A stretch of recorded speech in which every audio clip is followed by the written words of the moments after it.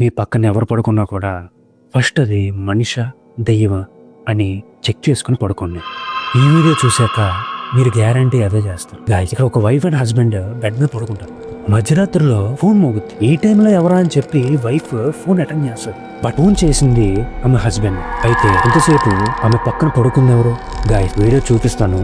ఒకరు భయపడితే మాత్రం మన ఛానల్ సబ్స్క్రైబ్ చేసుకోండి.